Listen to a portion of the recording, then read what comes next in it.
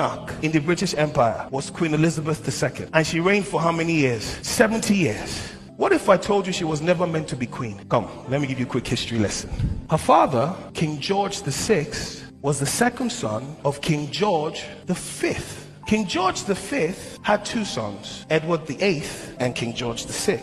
Edward VIII was the first son. King George VI was the second son. Now, if you know anything about monarchies, is the heir is the first. So, their father dies, and guess who becomes king? Edward VIII.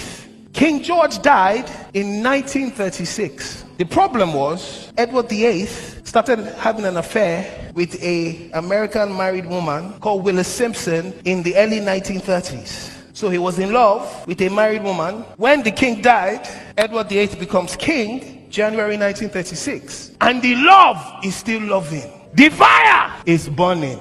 And because he's king in January, everybody's like, hold up, king, you know, this love cannot happen. She gets divorced in October 1936, and he's determined that he will marry her. The monarchy says no. Establishment says no. You are the king of England. They say no. Everybody's saying no. But the king is saying, yes, you cannot marry this woman. So he says, okay. On December 10th, he says, to be with the love of my life, I abdicate my throne. Fear woman.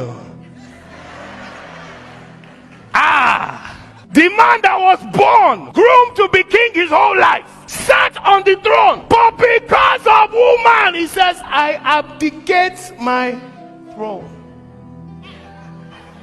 I give it all up for you, baby. Hey.